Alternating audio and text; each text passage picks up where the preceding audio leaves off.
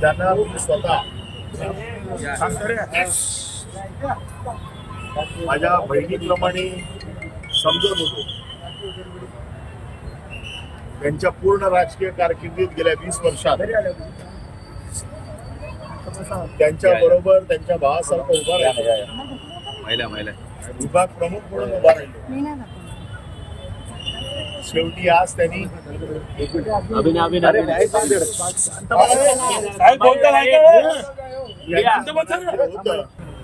केलेलं आहे. ज्या शिवसेना पक्षामुळे बाळासाहेबांच्या आशीर्वादामुळे, उद्धवजींच्या आशीर्वादामुळे ज्यांना समाजात ओळख मिळाली,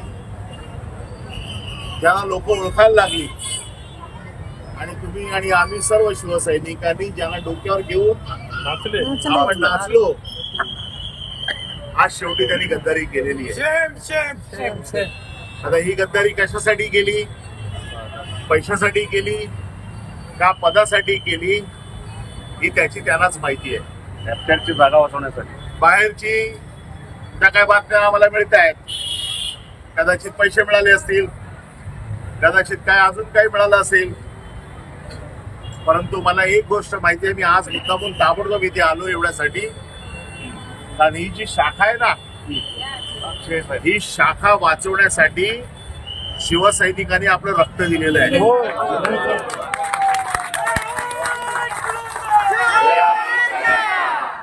मी त्या घटनेचा साक्षीदार आहे. मी सकाळपासून त्या दिवशी इथे उभा होतो. पोलिसांची त्या दिवशी आपली खूप मारामारी झाली. हो सर, आपण पोलिसांना मारले, पोलिसांनी आपल्याला मारलं, पण आपण शाखा सोडली नाही. शेवटी कोर्टाकडे आपल्याला ही शाखा तोडावी लागली. परंतु ज्या दिवशी शाखा तोडली त्या दिवशी इथेच उभं राहून मी भाषण केलं होतं की ही शाखा आपण पुन्हा एकदा उभी करू, आपण सगळे मार्ग करू, परंतु ही शाखा पुन्हा उभी करू. सत्य आहे सर, सत्य सत्य. आणि त्या हिशोबाने ही शाखा परत उभी राहिलेली आहे.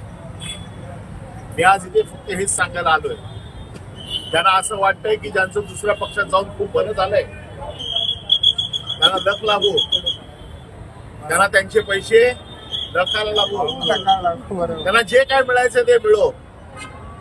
फक्त एकच गोष्टीची मी तुम्हाला खात्री द्यायला आलोय की आपल्याला ही शाखा सोडायची नाही. ही शाखा कोणाच्या बापाची नाही. मला असेल, भागवत असेल,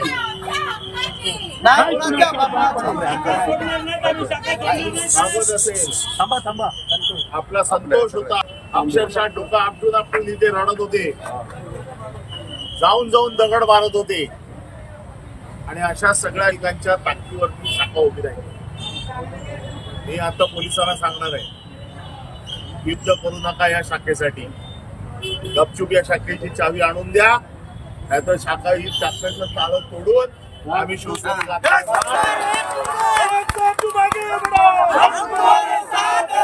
कोणाच्या बापाची प्रॉपर्टी नाहीये, तुम्हाला बरोबर आहे.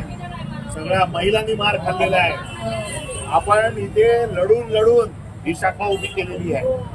तुम्हाला जायचं आहे, तुमच्या बाजूला ऑफिस आहे, तिकडे बसा आणि काय ते तिथे राहा. एक नंबर दुसरी गोष्ट, शिवसैनिकांच्या नादाला मी तुम्हाला सांगतो, आता आपल्याला काळजी करायचं कारण नाही. आपला आमदार पण आहे,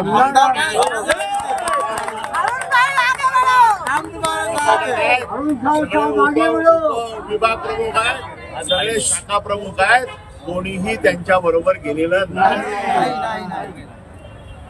त्यांना कळेल जो मान सन्मान शिवसेनेत मिळत होता, ज्याच्यामुळे लोक सलाम करत होती, उद्या रस्त्यावरनं फिरताना गद्दार म्हणून जेव्हा हाक मारणार ना लोक, तेव्हा कळणार आहे की आपली काय किंमत आहे ती. मी अक्षरशः त्यांच्या मागच्या वेळेला रस्त्यावरती पाया पडलो. एक विभाग प्रमुख रस्त्यावरती पाया पडतो का? तर आपला कार्यकर्ता तयार व्हायला वर्षानुवर्ष लागतात. जाताना तुम्ही लाख म्हणून आम्हाला गेलात, पण ज्या कार्यकर्त्यांनी वर्षानुवर्ष तुम्हाला सांभाळलं, मला आजही माहिती आहे की प्रत्येक निवडणुकीच्या वेळेला चौपाटीला मिटिंग व्हायची आणि सगळ्या नाराज लोकांना शांत करायची जबाबदारी माझ्याकडे असायची आणि मी स्वतः जायचो मिटिंगला आणि सगळ्यांना समजवायचो, नाही नाही राजूंद्यांनाच तिकीट द्यायला पाहिजे, आपल्याला जाऊ दे, पुढच्या वेळेला तुम्हाला मिळेल, असं करत करत करत त्याला निवडून आणण्यासाठी आपण चर्चा केलेली आहे. आता माझं म्हणणं आहे, होऊनच जाऊ दे, आता मागे हटायचं नाही. आणि मी आता तुम्हाला सांगतो, मी पण तेवढा टोकाचा आहे साहेब आम्हाला बरोबर. आणि कसे निवडून येतात आता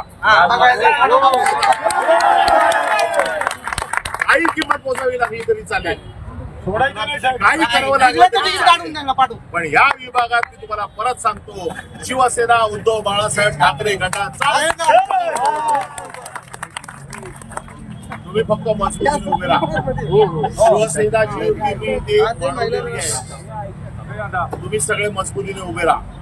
जे शिवसैनिक कोणी त्यांच्याबरोबर गेलेला नाही, या सगळ्या शिवसैनिकांना आपल्या सगळ्या कार्यकर्त्यांनी, शाखा प्रमुखांनी, तुम्ही सगळ्यांनी कॉन्टॅक्ट करायला सुरुवात करा.